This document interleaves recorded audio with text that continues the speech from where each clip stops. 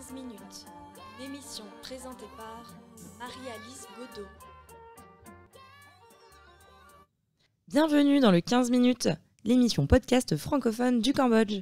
Un quart d'heure dédié à la francophonie et aux acteurs qui la font vivre aujourd'hui. Nous sommes aujourd'hui ravis d'accueillir Stanislas Collodier, co-commissaire de l'exposition Souffle, actuellement présentée au Musée national du Cambodge. Une exposition que vous pouvez découvrir du 10 juin au 30 septembre 2022. Alors tout d'abord, Stanislas, bienvenue au sein des locaux de l'Institut français et nous allons commencer par un petit mot de présentation. Donc Stanislas, vous êtes conservateur du patrimoine et directeur du CIRVA, le Centre international de recherche sur le verre et les arts plastiques, à Marseille depuis 2019. Vous êtes donc co-commissaire de l'exposition Souffle, actuellement présentée ici au Cambodge.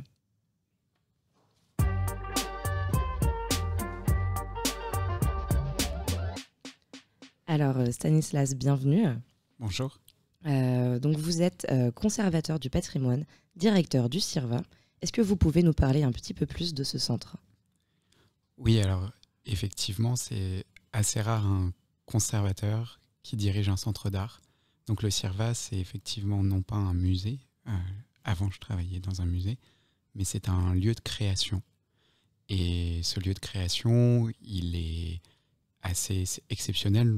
J'ai même l'habitude de dire qu'il est unique au monde, et c'est le cas d'une certaine manière, puisqu'il est dédié à un matériau, le verre, et il permet donc à des créateurs qui ne connaissent pas ce matériau, qui ne savent pas le travailler, le manipuler, d'avoir l'opportunité de travailler avec ce matériau grâce à l'aide de mes collègues, qui sont donc des techniciens verriers extrêmement qualifiés et qui vont donc accompagner des artistes, des designers dans des projets de recherche.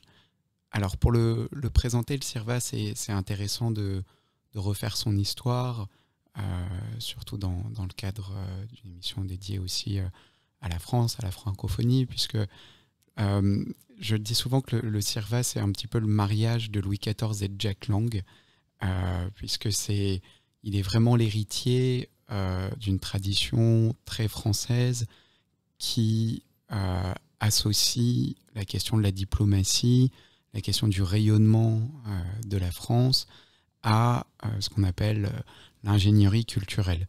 Et donc effectivement, j'ai dit Louis XIV, c'est pas une blague, parce que Louis XIV, avec son ministre Colbert, c'est eux qui inventent le modèle des manufactures.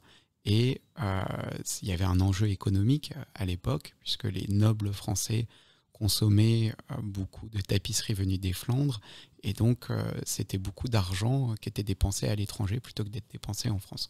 Donc à ce moment-là, le colbertisme, ça consiste à dire non, on va produire français.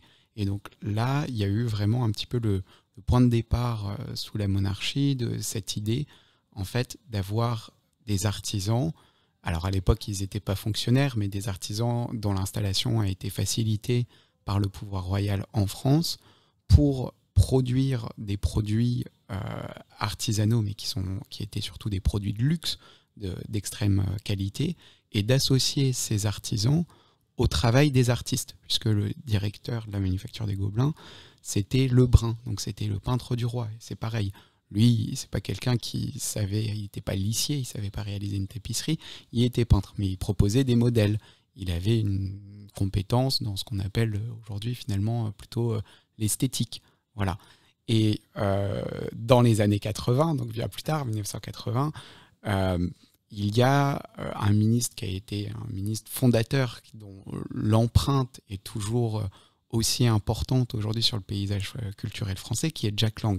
Et les années Jack Lang, les années 80 sous Mitterrand, ça a été vraiment un moment d'ébullition, de bouillonnement, d'effervescence, où on s'est intéressé à des tas de domaines de la culture qui étaient un petit peu endormis.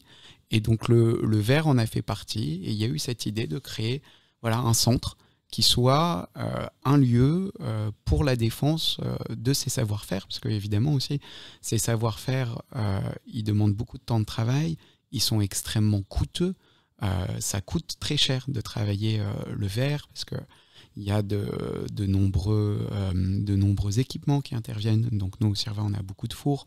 Puis aujourd'hui, ça fonctionne avec de l'énergie. Donc évidemment, on est confronté à la question de la hausse des énergies qui un petit peu bouscule l'économie mondiale. Puis c'est aussi un travail collectif, donc plusieurs artisans en même temps, et un travail extrêmement qualifié.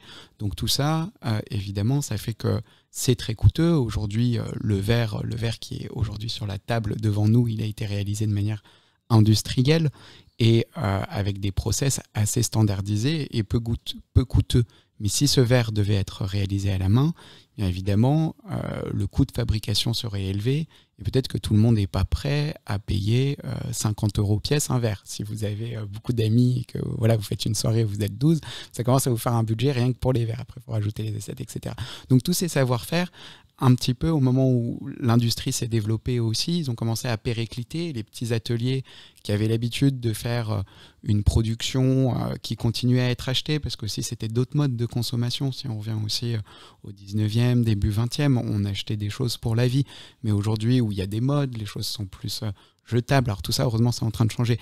Mais voilà, il y a beaucoup d'ateliers qui ont fermé. Et donc, le CIRVA, il a été créé à un moment aussi sous Jack Lang où il y a une prise de conscience que tous ces savoir-faire ils pouvaient disparaître, parce que c'est ce qu'on appelle du patrimoine immatériel, c'est-à-dire des savoir-faire qui sont ancrés dans des gestes, et c'est l'inverse du patrimoine matériel. Le patrimoine matériel, c'est des objets, c'est physique. L'objet, vous pouvez le mettre dans un musée, derrière une vitrine, il sera toujours là. Le savoir-faire, si vous ne le transmettez pas de génération en génération, il peut disparaître. Et donc le CIRVA, il a été créé pour permettre justement à des artisans verriers de continuer à travailler, mais dans un contexte assez original qui est la collaboration avec l'artiste, avec le designer.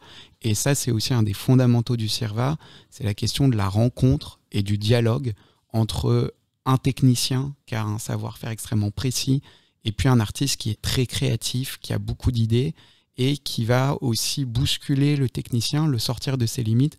Mais le technicien, lui aussi, va bousculer l'artiste, parce que des fois, il va lui dire « Mais non, mais ça c'est pas possible, ça, on peut pas le faire. T'as l'impression que le verre, c'est très fluide, c'est facile à manipuler, mais en fait, il y a beaucoup de contraintes. » Et donc, c'est vraiment des collaborations très belles qui se déroulent dans ce centre d'art. C'est des histoires humaines assez profondes, quoi. Bien. Merci pour cette explication. Effectivement, donc le CIRVA a une histoire riche et aussi, du coup, j'imagine un futur certain, j'espère. Et donc, vous êtes co-commissaire de l'exposition Souffle présentée ici au Cambodge. Est-ce que vous pourriez nous en parler un petit peu plus ?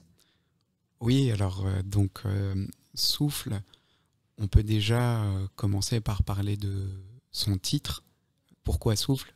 Évidemment, parce que c'est un élément qui est central dans le travail du verre.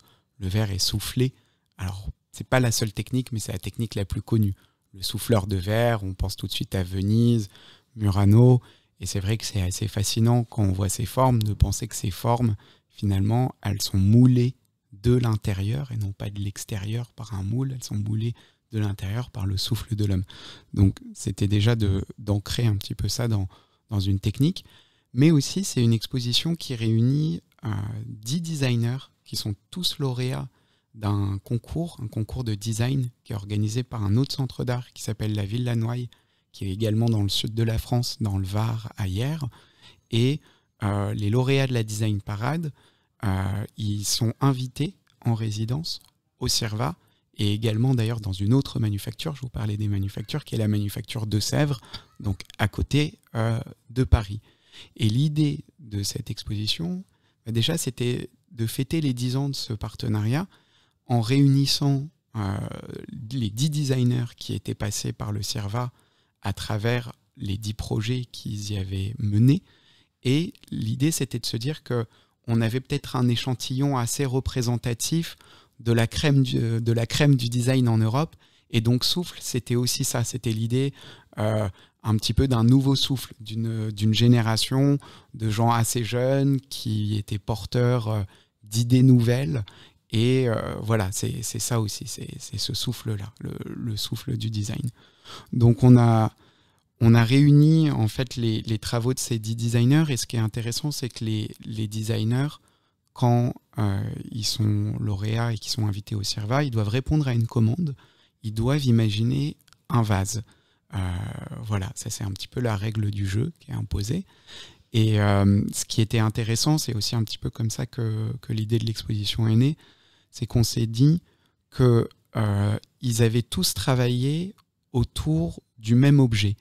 Et c'est une méthode, même un petit peu dans les sciences humaines, qui est intéressante, presque la méthode inductive, c'est-à-dire on n'allait pas faire une exposition extrêmement ambitieuse avec des centaines d'objets, on se serait forcément perdu pour dire voilà qu'est-ce que c'est que la jeune scène design aujourd'hui, mais on s'est dit si on prend un seul objet et qu'on regarde comment est-ce que 10 designers qui appartiennent à la même génération peuvent penser cet objet, et si on regarde vraiment toutes les différentes mécaniques de pensée, à quoi est-ce que les designers vont s'intéresser? Est-ce qu'ils vont s'intéresser plutôt à la question du mode de production, de la question de l'usage, la question de la forme, la question de la couleur, la question de la pérennité de ce vase, enfin, de nombreuses questions qui sont aujourd'hui vraiment au cœur de la discipline design et de ce champ-là.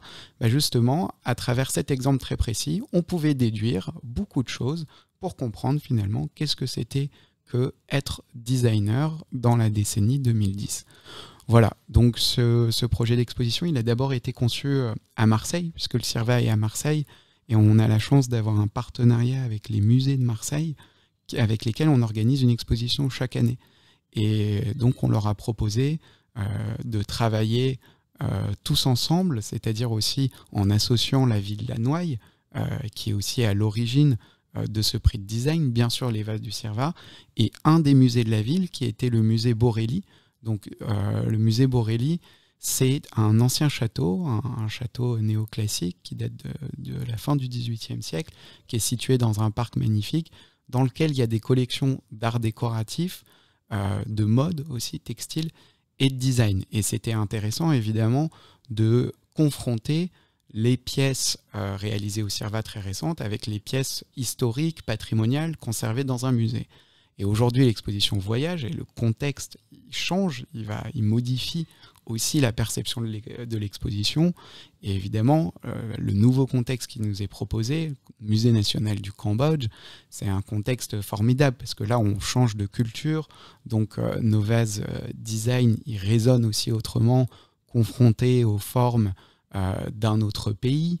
Et puis, surtout, qui nous viennent de loin géographiquement, enfin, qui ont été produites dans un contexte très éloigné de celui du CIRVA, mais aussi très éloigné dans le temps, parce que là, à nouveau, il y a des pièces archéologiques qui sont d'ailleurs présentées dans l'exposition, parce que c'était important pour nous qu'il y ait un dialogue qui s'établisse, et donc aussi, c'est une démarche assez universelle, qui est aussi de se rendre compte, de prendre la mesure qu'il y a des pratiques, il y a des objets qui ont traversé l'histoire de l'humanité, et que aujourd'hui, on utilise toujours un vase comme on a pu en utiliser un encore au IXe siècle.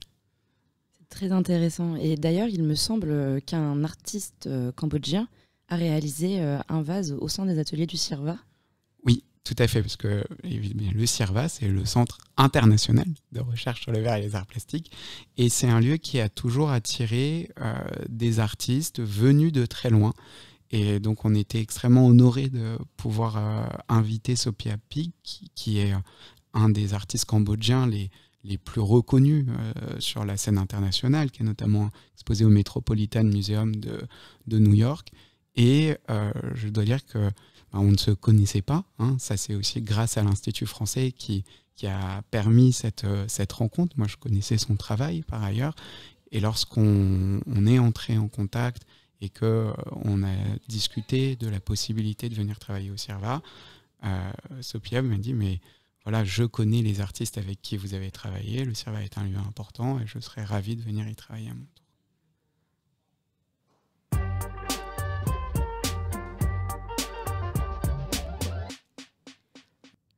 Le 15 minutes, l'émission podcast de l'Institut français du Cambodge touche déjà à sa fin. Je tiens à remercier chaleureusement Stanislas Collodier d'avoir accepté notre invitation. Nous espérons que ce quart d'heure vous aura donné envie de visiter l'exposition Souffle, 10 designers, 10 ans, 10 vases. Une exposition présente du 10 juin au 30 septembre 2022 au Musée national du Cambodge. Je tiens aussi à remercier Shivor Neten ainsi que Maud Ambroise pour la réalisation de ce podcast. Vous pourrez retrouver cette émission sur notre page Facebook, notre chaîne YouTube et notre site internet. N'hésitez pas à la partager et à bientôt!